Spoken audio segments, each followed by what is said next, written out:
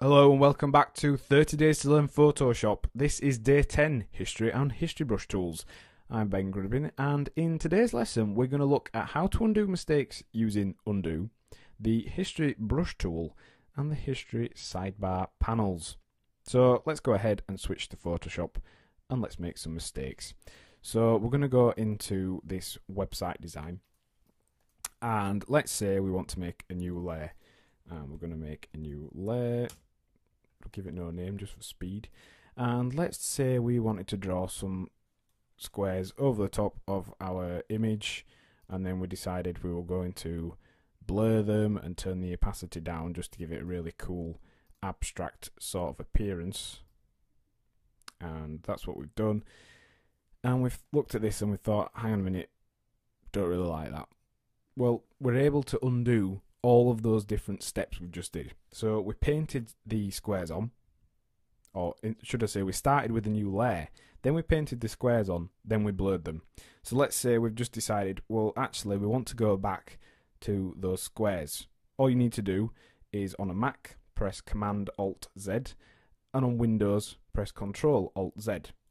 That will revert to your previous history state. Now we actually turn the opacity down, so it's reverted us to the full opacity blurred squares, which we still don't like, just for example. So we can undo the blurring, which takes us back to the squares. So we've been taken back to squares, but let's say we don't like those. We can undo those, and we've still got the layer. So if we press it again, we can actually undo that.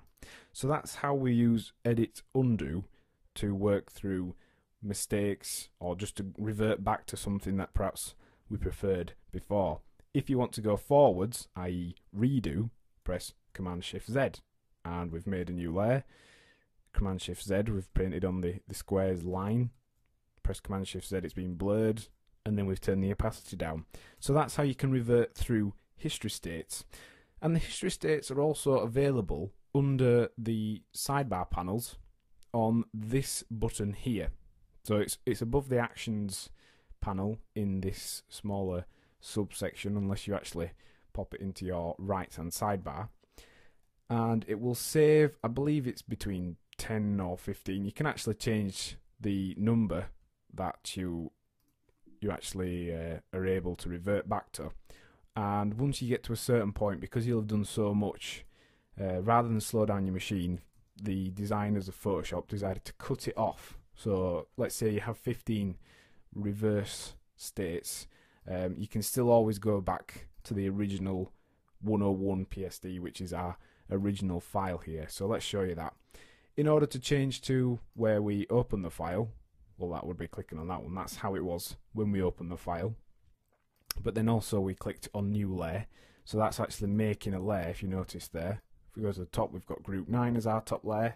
But if we hit New Layer, it's actually taking us back to when we made that layer. Then if we hit Brush Tool, it's painting in those lines again. Gaussian Blur is blurring those lines back out, and then changing the opacity reverses the opacity change we did. So that's quite handy to be able to do that. Now we're going to go to a picture now, just to show you something else we can use if we're making mistakes and we're able to reverse between them and such. This is a photograph, and if we just go ahead and quickly add a filter to it, this will allow us to be able to show you a nice contrast between the two. So we've just added a lot of noise to this image. Let's do it again, just so we've got a bit more contrast. Okay, so we've got a really dark, grungy picture, but perhaps we're not quite happy with that. Rather than just flicking between history states, Photoshop actually allows you to customize and kind of paint out and paint in areas of your original photograph. So to do that, we need to use the history brush, which is accessed by pressing Y. And if you've watched the brush lesson, the previous lesson, we'll actually be able to incorporate some of those ideas into this lesson as well.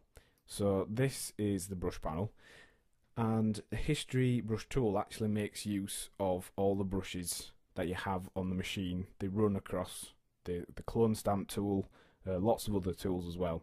So it allows you to not only just revert back to the original image, but we can actually revert back in certain shapes as well. So let's just show you that now, just so you can see.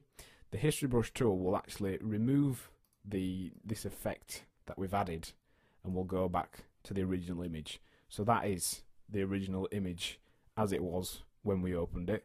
As you can see, it's taking us back to essentially that, but it's painting out that area.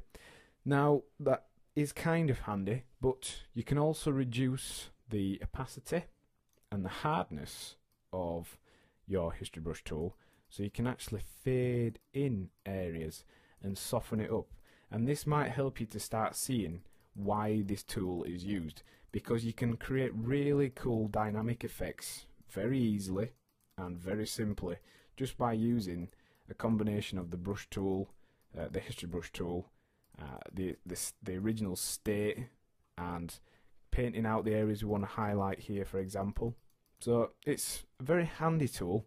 It's used a lot on image designs and photographs, because you can just do really cool simple effects very, very quickly. One other quick tip is when we're using this, we're actually able to set the history brush state that it'll revert to. Now currently it's the original image, so if we go back to our original image and let's say we make some adjustments to the levels, so we'll do that, just change the levels, make it look really contrasty and blown out a little bit, like so. We could then set that to be the image. So if we say, for example, we're really happy with that, and then we go ahead and make some more changes to it and do that again, and then we decide that we don't actually like that version, we can select the levels one by clicking this little icon here, and that sets that to the original version we're going to revert back to. So rather than it being this one, it'll be that one. So let's just show you. That's the original, and that's the one we're reversing to, and then this one here is where we've started to paint out the area where we want to return to our image. So that's kind of like an eraser tool, but a selective eraser tool, and also it just allows you to remove effects, things that you don't like. You could, if you wanted, return almost all the image to original and just leave certain elements that you want. You could combine it with the marquee tool, so let's just show you that very quickly. So if we selected this area here, we can use the brush tool to reverse only this area to the original version, like so.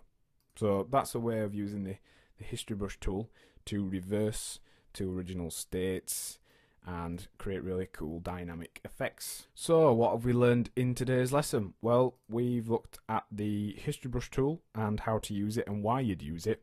We've also considered how to undo and redo actions, and then we looked at using the history panel to revert back to states of changes.